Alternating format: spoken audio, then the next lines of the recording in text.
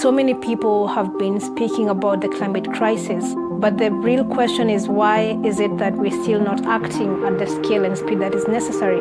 For 150 years, we built up a world based on the assumption that we can exploit the planet for free, and it translates to very dramatic impacts happening right as we speak.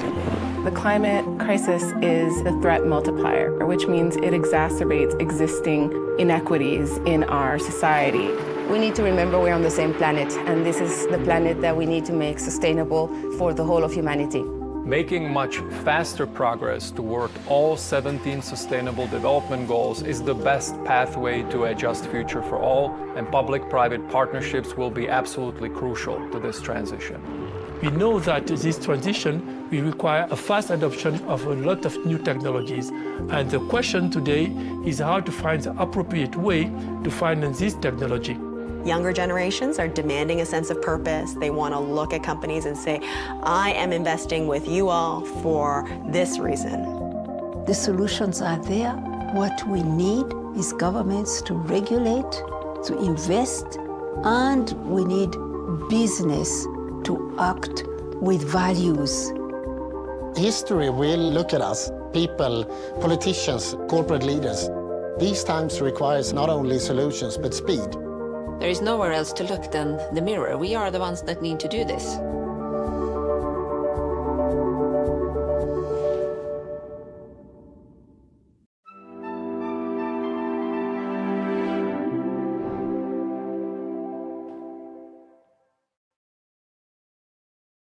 Hello, and welcome back to the Sustainable Development Impact Meetings and to a session on how technology and innovation can play a key role in helping hard-to-abate sectors in the race to decarbonize. I'm Emanuela Orsini, broadcasting to you live from the World Economic Forum studio here in New York City. As the push to meet the targets set out in the Sustainable Development Agenda intensifies, the demand for technologies that cut emissions from heavy industry is growing. The International Energy Agency has said that 50% of emission reductions required to achieve net zero will come from technologies that are not yet available or at the required scale. Now, this is especially challenging for the so-called hard-to-abate sectors, such as iron and steel, shipping, cement, aviation, and mining. According to the UN, heavy industry is the second largest source of CO2 emissions, accounting for 25% of all CO2 emissions worldwide. So how can we create more opportunities to accelerate innovation in these sectors and reduce costs so these solutions can be rapidly deployed? Now, over the next 45 minutes, we'll explore this question, the challenges these industries face, what needs to be done to solve them, and take a look at some of the solutions already being deployed and are showing us the way to a more sustainable future. And we'll also talk about Uplink, the World Economic Forum's platform, which is supporting and scaling purpose-driven startups all over the world. Entrepreneurs with the kinds of solutions we need more of if we're going to succeed in meeting our decarbonization and climate goals. We'll take a look at mining and aviation a bit closer. But first, let's introduce today's panel.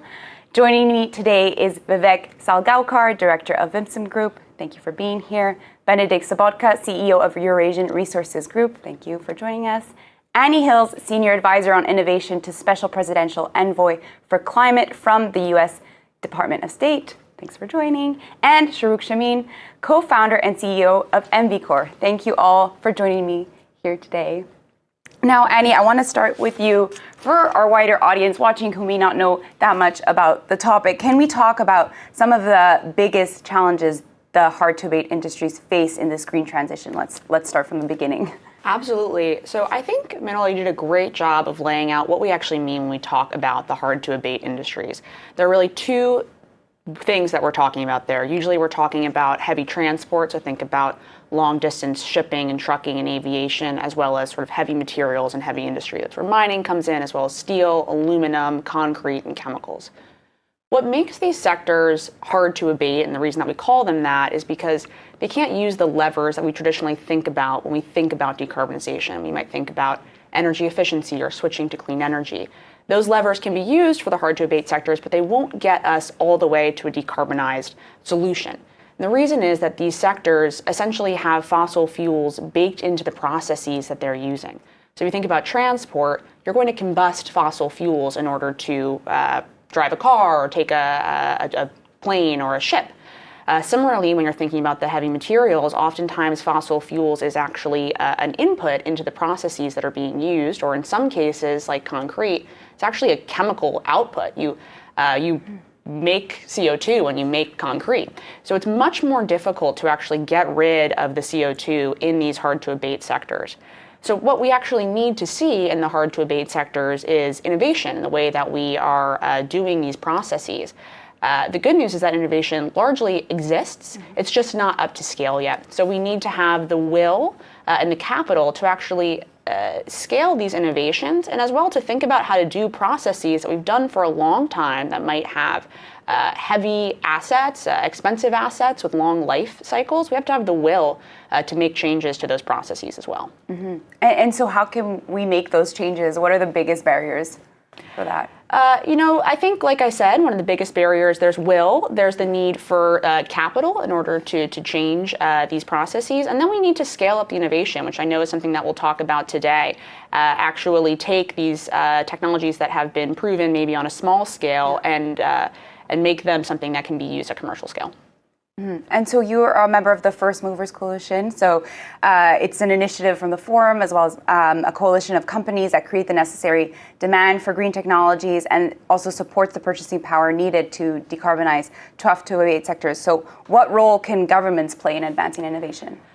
That's a great question, and I'll just say first, the U.S. government has been extremely pleased to co-launch the First Movers Coalition with the World Economic Forum, and to now see, I think we have over 110 purchasing commitments into hard-to-abate sectors, so we're extremely thrilled about where we are today. There's a lot of roles that government can play, and I'll focus on a few. The first thing that government needs to do is to create policy and incentives that will encourage these changes, these difficult changes in the hard-to-abate sectors.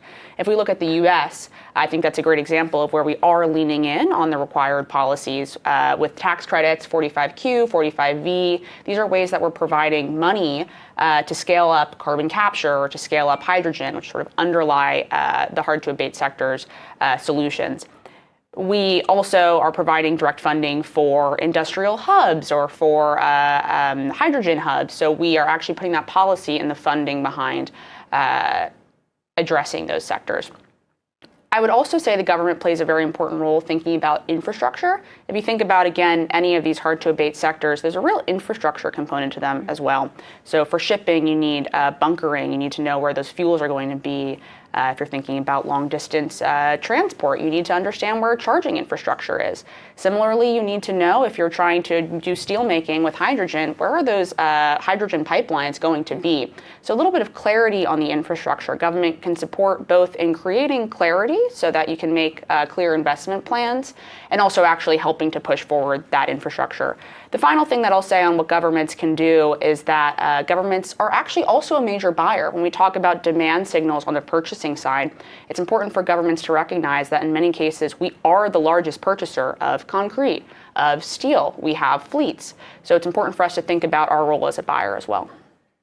Now, the First Movers Coalition supports over 7 sectors, so including mining. So I just want to focus a bit more on the mining sector.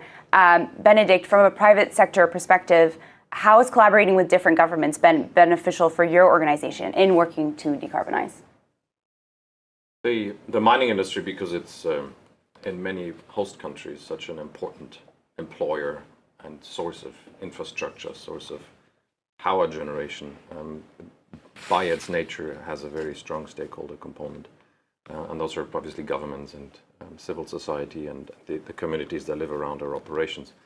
In some cases, and we're in about 20 countries, and in some cases we're the only company that exists at that location, which means we provide not just for the jobs, but we provide for the medical services, for electricity supply, for water supply, for wastewater disposal. So we do a lot more than just the actual business, which means the public-private sector cooperation is inherent in what we have to do in where we operate.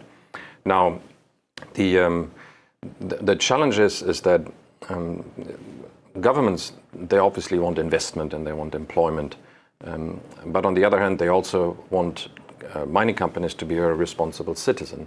Now, as we now see the supply chain for the energy transition virtually exploding. I mean, we've never seen anything like this before in history. This is the biggest purchase order in the history of the mining industry, the green energy transition, because just so much more material is going to be needed.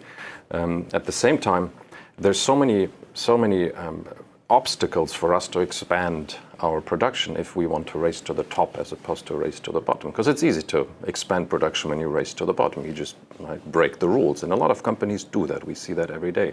But if you want to do the right thing, it's incredibly difficult to actually expand production, to bring more of these energy transition critical materials to the market, and to do that in a sustainable way. And what we find in some of the regions we operate in Asia or in Africa or in South America is that the governments are very supportive and they push us for more investment. But we don't actually get the reward for being good companies the way that we should be getting the reward for being the good companies. The challenge being here, it's a commodity industry, right? Commodity in itself means that the price is the same, right? Whether it's one unit produced with a very high carbon footprint or one unit of a certain metal produced with a very low carbon footprint, the price is identical. So there's no differentiation. So good companies, companies that try to do the right thing, that actually do not get rewarded because the price for one unit of iron ore is the same as the next unit of iron ore. And that is a challenge, if I can build on what Annie said. It's not just the hard-to-abate emissions that are baked into the production process, and there's a lot you can do about electrifying your truck fleet. You can use renewable energy, co-generating in your operations. You can use different types of transportation. You can move rail as opposed to trucks. So there's many things you can do, but there is inherent differences in the product itself. So, for example, if you produce an iron ore which has a low content of iron ore, automatically your CO2 footprint further down the line in the steel process is going to be significantly higher than when you produce a concentrate that is very high in iron, because that will mean you have significantly lower carbon emissions in the process downstream. And there's very little reward for that increment in being a better producer of a product that has inherently a better carbon footprint. So that needs to change, and I think we need a lot more transparency around the provenance of the material, not just from an ESG point of view, but also from the emissions point of view. So we're working on that with a number of our partners, for example, at the Global Battery Lines that I'm co-chairing, the 150-member multi-stakeholder organization, which was founded originally at the World Economic Forum. And we're working on a tool that's called the Battery Passport, which for all the materials that go into a battery end-to-end from cradle to grave, tracks CO2 emissions, because the difference is huge, and this way you can give consumers a choice, and then there's an opportunity for price differentiation. And so you mentioned earlier that the total mineral demand for clean energy technologies will double, as the International Energy Agency says, and by 2040 we think that will happen. So how else can you prepare your organization to respond to this demand, and what are the biggest challenges? Well, the numbers are staggering. The World Bank estimates that by 2050, the mining industry will have to invest an incremental $1.7 trillion into mining expansion, infrastructure, associated processing capacity, and so on. Now, that sounds like a huge number, but for the mining industry, that is an incredibly huge number, because our average annual capex is maybe $100 billion in the industry. So it's a tiny industry that gets hit with this expectation to be doubling production capacity in a very short period of time. So there are challenges on organizational design, on human resources. The industry is very short of talent, because 10 years ago, nobody cared. Right? It was an industry that was the people from the dark side of the moon. They're part of the problem, as opposed to today. We're part of the conversation. We're part of the solution, or at least many people see us as that. So expanding the supply chain is going to be an incredible challenge. But look, it's a great opportunity for business, and it's a great opportunity also for innovation. Because still today, the mining industry applies very much the same technologies in extracting and refining and processing and transportation that they did 10, 15 years ago. It's inherently a very conservative industry, and we're trying to change that, because innovation is going to make this industry so much more efficient and so much more capable in expanding and deploying capital in what is increasingly complicated, technically challenging jurisdictions and geographies, while at the same time trying to safeguard all the rules and requirements that are important under the ESG rules. So it's a big challenge, but it's a great challenge and a great opportunity for technology companies, for innovators, for startups to look at this industry and say, hey, let's shake up this dinosaur a little bit and see what it can do. Mm-hmm. And so that's a good transition to Vivek. So you're the director of Vimsam Group, a mining company from India. You've also co-founded or founder of Prospect Innovation. You've worked with startups in the mining space. So why did you feel the urgency to start looking for technologies that would make mining more sustainable? Sure. So thanks. Actually, and just going off of what Benedict said, one of the things that I wanted to do when I joined our family business, which has been around for over 70 years, is seeing how we could actually improve our own operations. And the natural kind of next step for me was to look at the early stage technology environment for mining, as you would for any other industry. You would expect to find venture capitalists, you would expect to find incubators, accelerators, so on and so forth. I spent a couple of years trying to do it, and I found nothing. And that was quite shocking to me, considering the size and the scale and the dependency of everybody literally on this planet on the mining industry, to have nothing of an ecosystem for technology and early stage acceleration, incubation. It just did not exist. And so that was a problem, but also an opportunity, but most importantly, I think a responsibility. So being also in this industry, being part of a family business, I have the need to think in generations, and so therefore, how are we going to continue to stay relevant, right? And so 4.5 years ago, started Prospect Innovation, which looks at early stage technology for the mining process.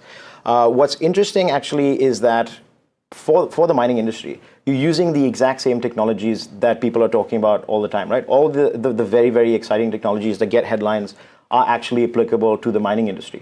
It's just that the innovators and the technologists are actually not aware of the use case in the mining industry, because the industry traditionally has been fairly closed off. And that's one of the things that we're trying to change. And that's also where, partnering with the forum actually helps in terms of changing that narrative and getting more people involved in the conversation and actually having a conversation to begin with, right? So over the years, it's been a short journey. It's been about 4.5 years. We've now had about 30 companies roughly come through it from about a dozen countries. So the technology does exist.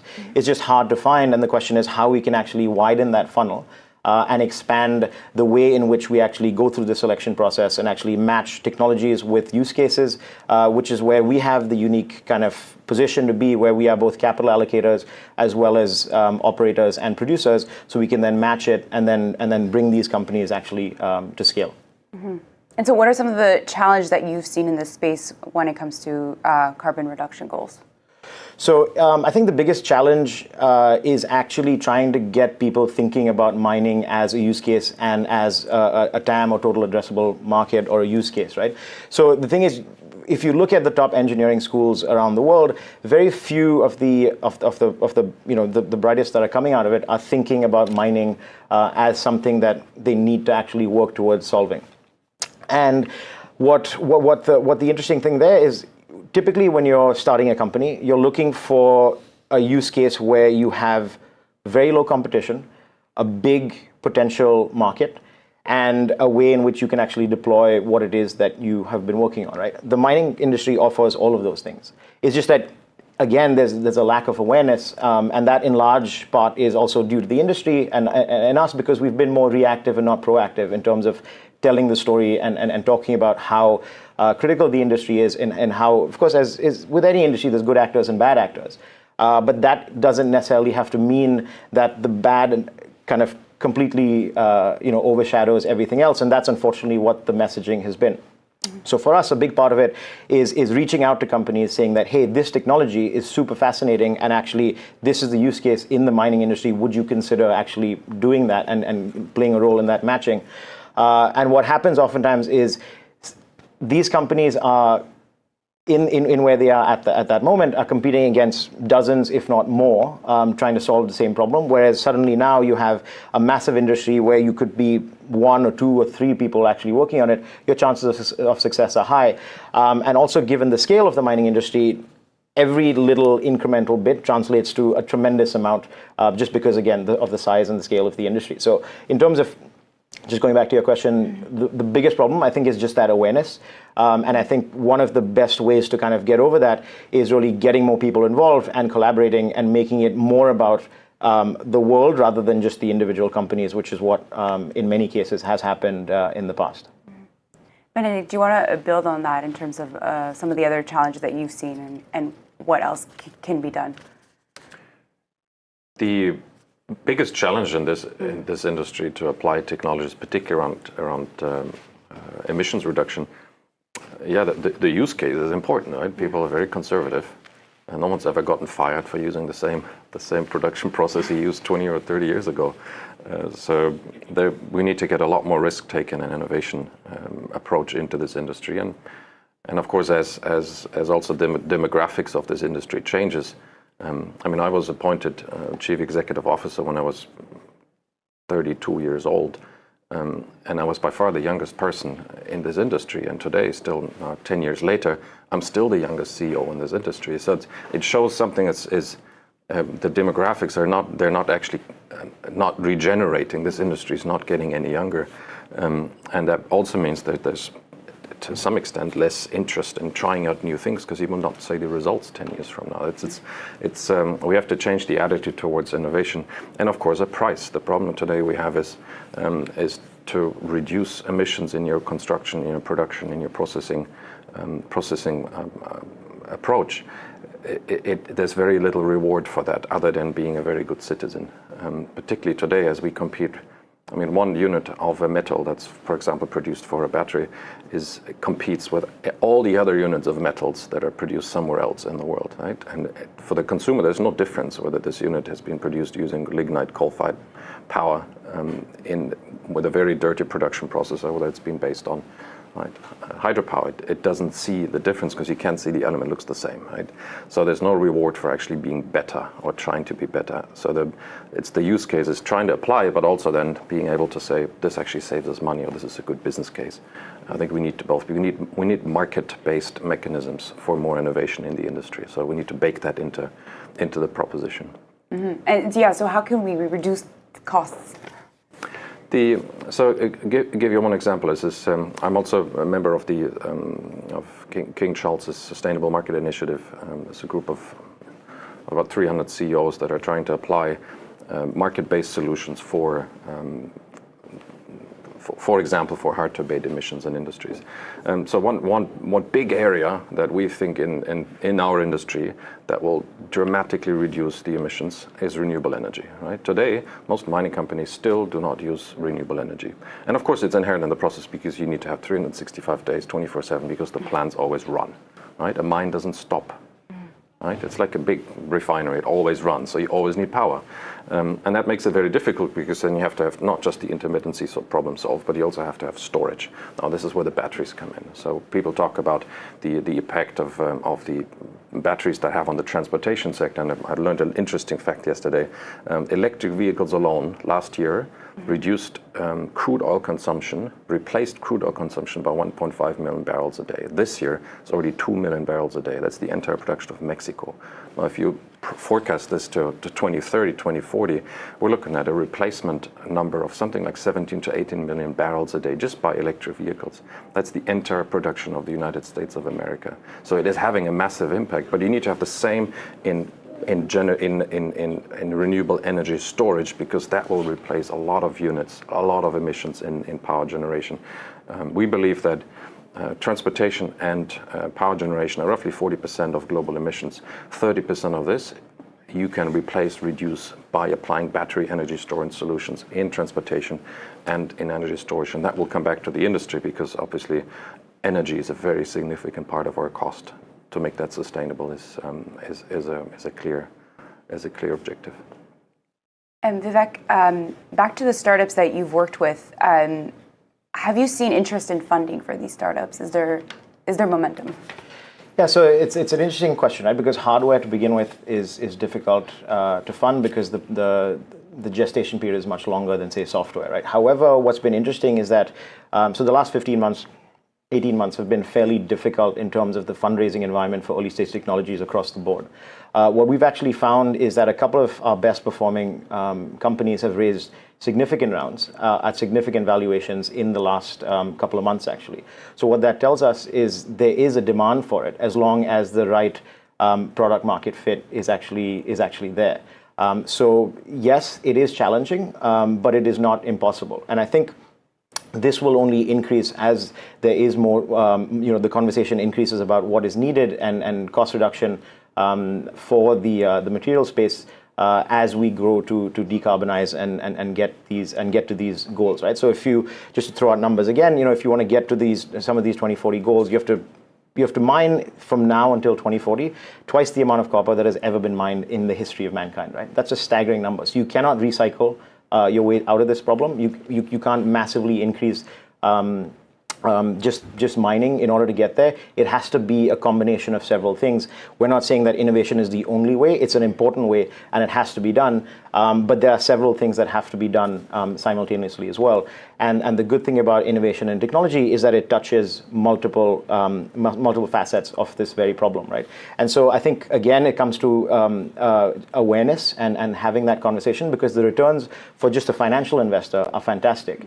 But also, it's truly a case of doing well by doing good, because all of these things are actually going to reduce the impact that we have in the environment and actually enable us as a civilization, as a race, to actually get to these goals that we've set ourselves because of what has happened over the last centuries, right? And so I think when you look at it, it's still staggering that despite all of this, you don't have venture capital funds that are focused purely on technology like this, right? You have several that are maybe looking across the board, and this forms a small slice of it. But yet you don't have any that's looking directly at this, right? We are hoping that changes. We're playing a role in doing that. We're also investing significant capital of our own to do this. But that's, of course, one drop in the bucket. It has to increase, and that's part of why also working with the forum helps in terms of increasing that funnel and getting it to a much wider audience, because that's what ultimately is needed. We need to get much more people involved. But the good news is the returns are there to actually justify that. So now I want to go to an entrepreneur in the mining space. Shahrukh, you're the CEO of a startup called MVCore, which helps to repurpose the waste created by the mining industry. And you're also part of the Uplink community. You were selected as one of our circular economy innovation challenges. So can you tell us a bit more about what your company does and the problem you're solving? Definitely. Thanks for having me. So we are a Calgary, Canada-based company, and our whole focus is, and we are a strong believer of cradle to cradle. So we take waste, or technically it's raw material for our process, and we convert that into low carbon cement material. So this raw material can come from any sources, be it mining waste, basically after any hydrometallurgical operation.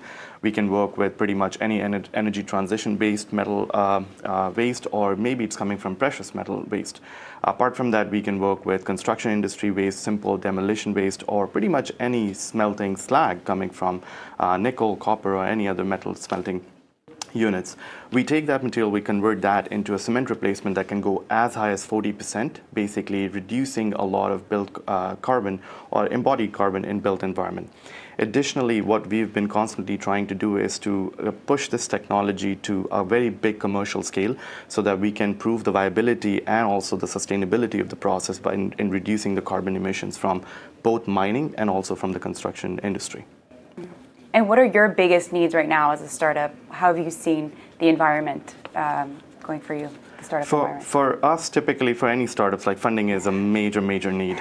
Apart from that, I think the government support, specifically operating in mining and both in construction, where this is pretty much regulatory driven. So having that support from government side where regulations doesn't act as a hinder or block for us rather than as a support.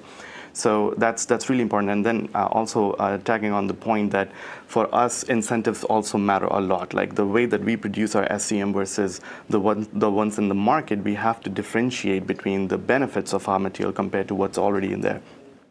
So there should be some sort of like support, additional support provided either by the government or maybe simply in the industry itself. And what inspired you to start this company? So I actually came from India in 2016 to Canada, and I saw oil sand tailings, which is actually in our backyard, pretty much in northern Alberta. And the tailings that was getting produced during the oil extraction process, it was getting stored in massive ponds called tailing ponds. When we saw the volume of it, it was around 1.6 trillion liters of wastewater just accumulated in a land of 220 square kilometers in footprint. This problem itself was massive. So that's when we started with this initiative that let's go after this particular industry and try to solve this from a sustainable perspective, is to reduce the inventory of these waste getting generated from the oil sands. And then we basically start realizing that it's not just one industry, it's our oil sands. The metal mining industry exactly producing a similar or even higher quantity of waste material that can simply be now reused or repurposed into a useful product for another industry. So that was a big motivation for us. And then Government of Alberta actually came up with a much needed support at that point of time to help us getting that platform so that we can start working on commercializing our technology. Yeah. And what importance do partnerships and collaborations have for your company? Oh, those are the most important things for us. And we always strive for collaboration because we really believe that in this particular industries, if we want to make a meaningful impact, we have to do it with collaborative efforts with major stakeholders.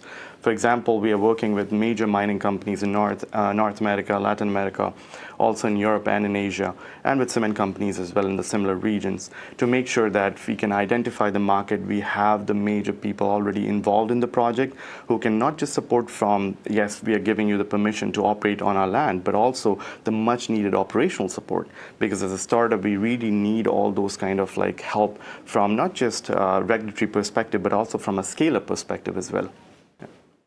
And Vivek, back to you. We're happy to announce this partnership with Vimsim Group Prospect Innovation here with Uplink at the World Economic Forum. We're going to be working together on selecting and supporting entrepreneurs in the sustainable mining space. So what do you hope to achieve with this partnership? You mentioned a bit before, visibility, awareness, and what kind of innovations are you looking for? You can add on to that. Sure. So thanks for that. And it's something that we're very, very excited to commence. I think ultimately, what's needed is to get this at a global scale, and I think Uplink, which is what the World Economic Forum has built as a platform, is tremendous in terms of increasing that visibility and widening that funnel.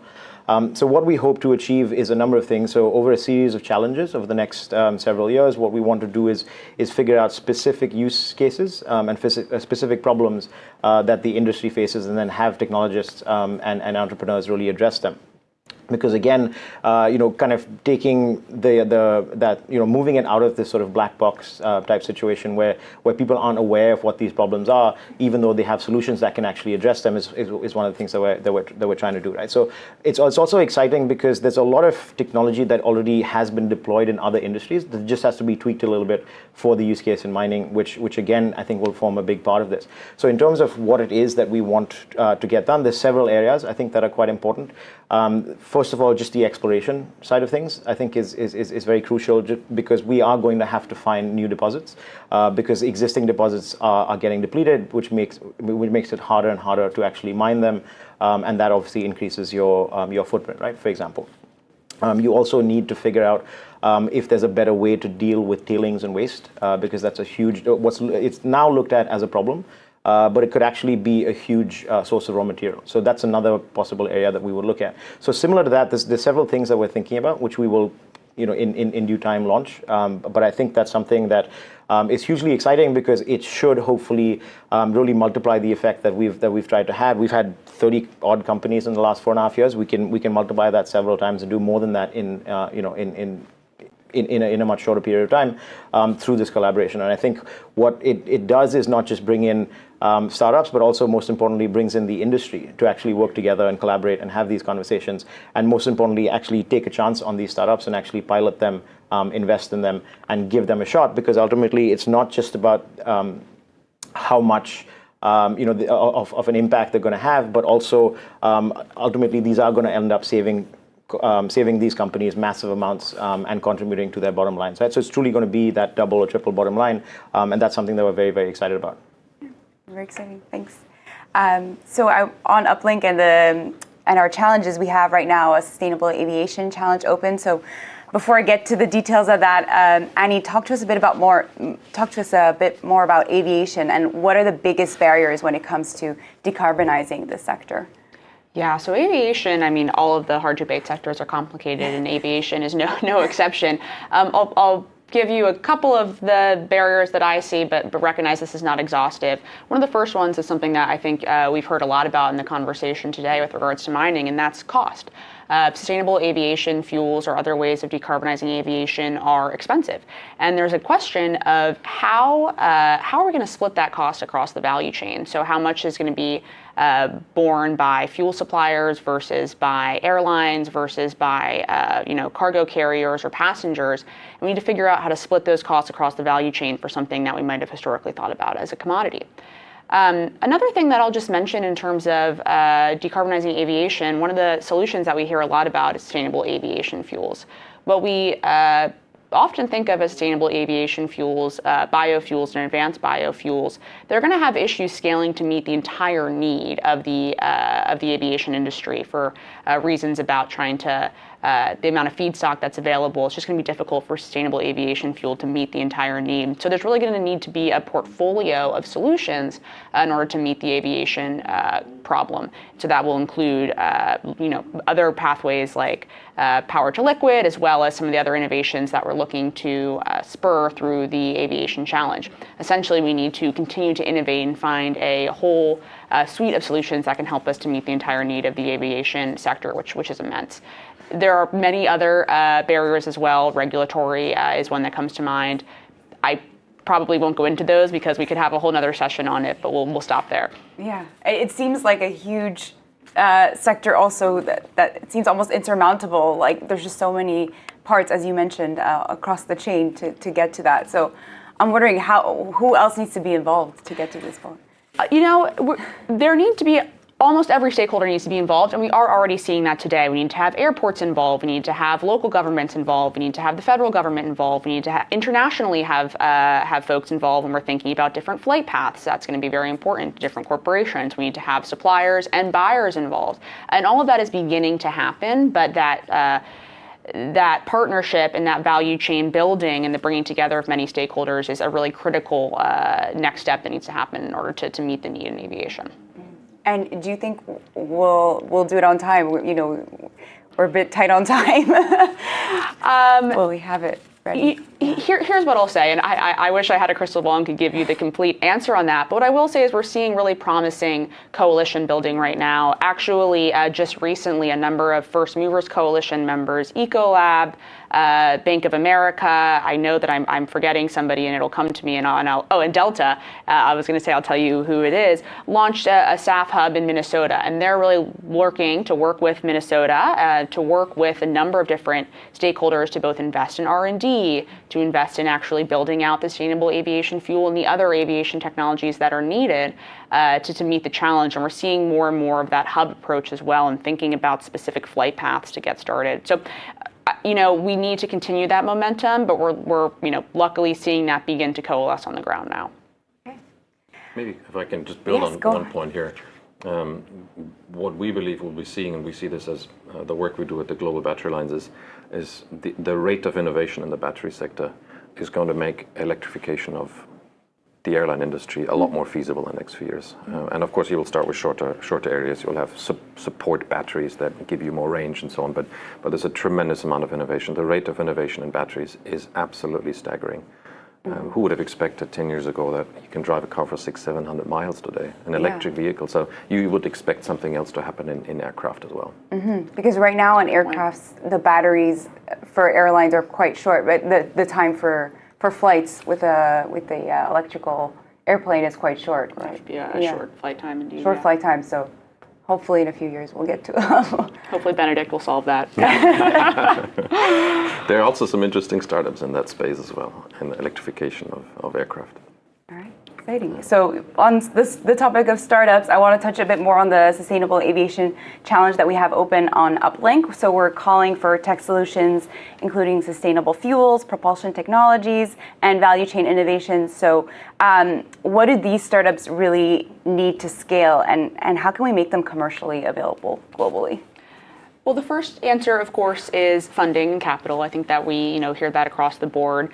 What I hope that this challenge can bring, and what will be important, and again, this is drawing another theme of this conversation, there needs to be the demand for these technologies that may be more expensive. We need to know that there will be a market for them if they come to market, and that can help actually a startup to make their own business case and to invest further if there's clarity that there will be a buyer on the other end.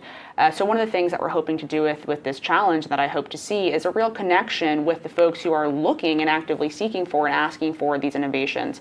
That'll be a part of it, and hopefully that can help to make a stronger investment case for the startups who do join this challenge, and that will be one important part of the solution. Okay.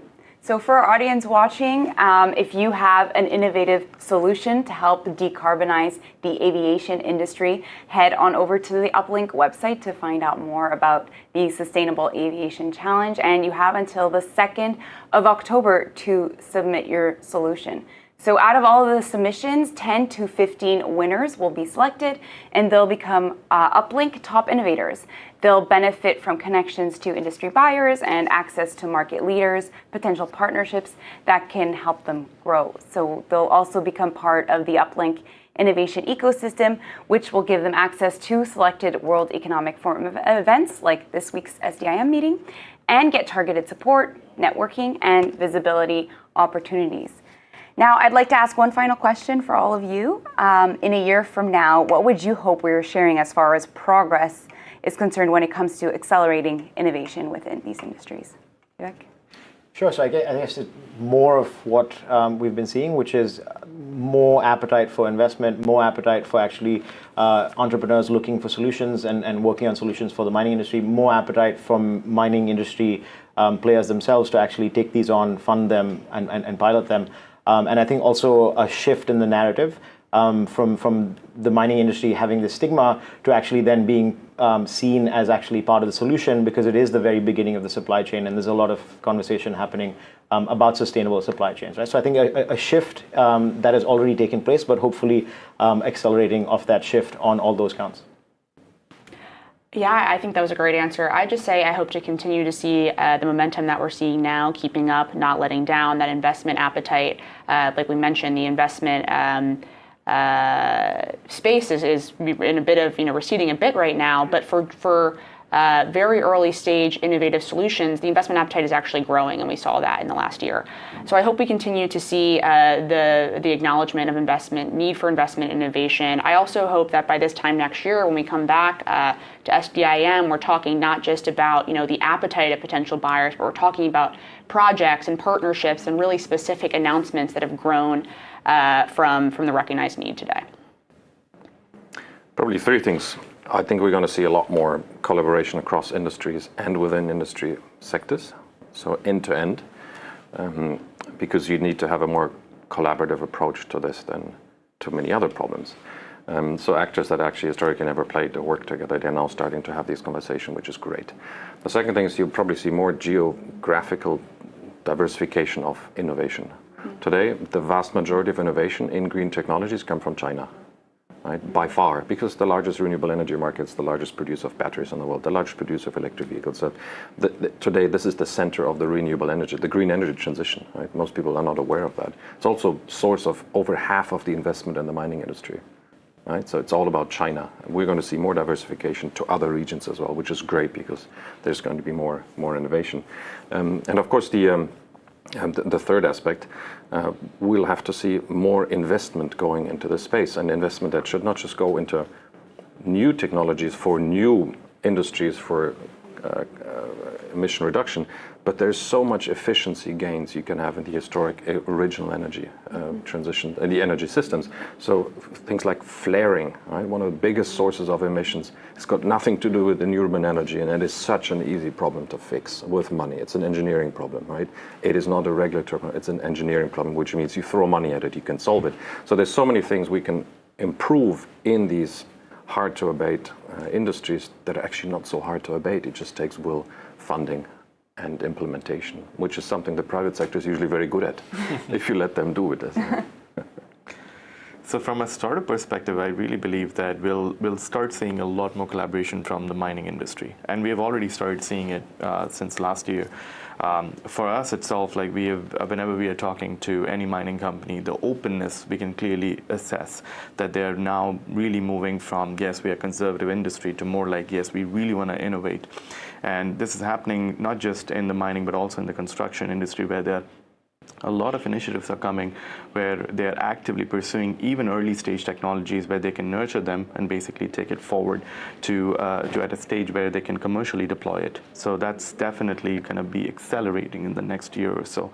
And then the funding is really important. Like for a lot of startups, even in the pre-seed or seed stage, like we're looking at really good deals happening with very good valuations that actually gives incentive to entrepreneurs to start working towards like solving these type of problems. So definitely these two aspects would be accelerating in the next year or so. Okay. Well, that brings our session to a close. Thank you so much for joining us and joining me today here in this session. Thank you. Thank you for having us. Thank you. Thank you. And I want to thank you all, the audience, for being with me here today as well to talk about big challenges in the tough-to-decarbonize sectors. There's still a long road ahead. However, as we've just seen, accelerating innovation through collaboration and through key initiatives can be a key driver for the transition towards net zero.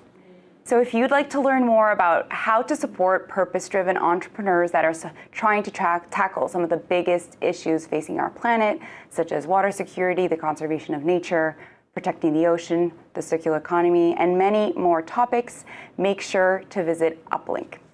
We'll leave you now with the launch of the video of the Sustainable Aviation Challenge. Thank you so much for tuning in. We'll see you next time.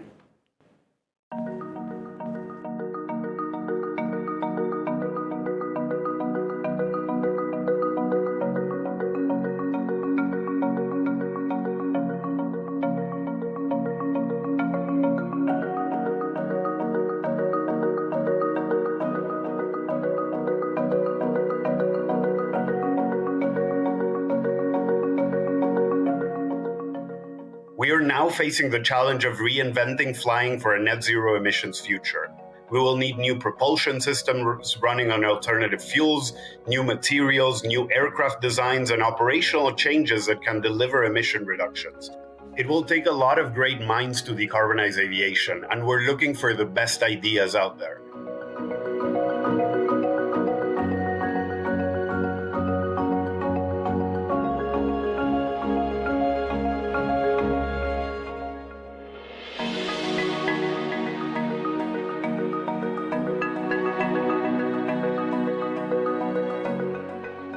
We're looking for 3 types of main innovations: sustainable aviation fuel and other novel propulsion technologies. That's kind of the first bucket.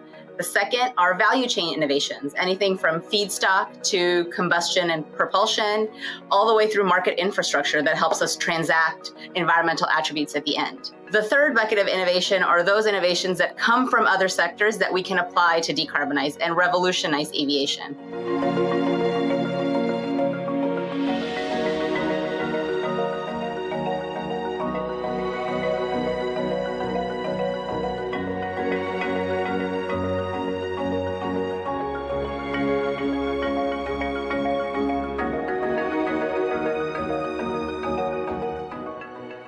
What we're really excited about is that the innovators will also benefit from the collaborations with the supporting partners, which represent some of the most innovative leaders in aviation.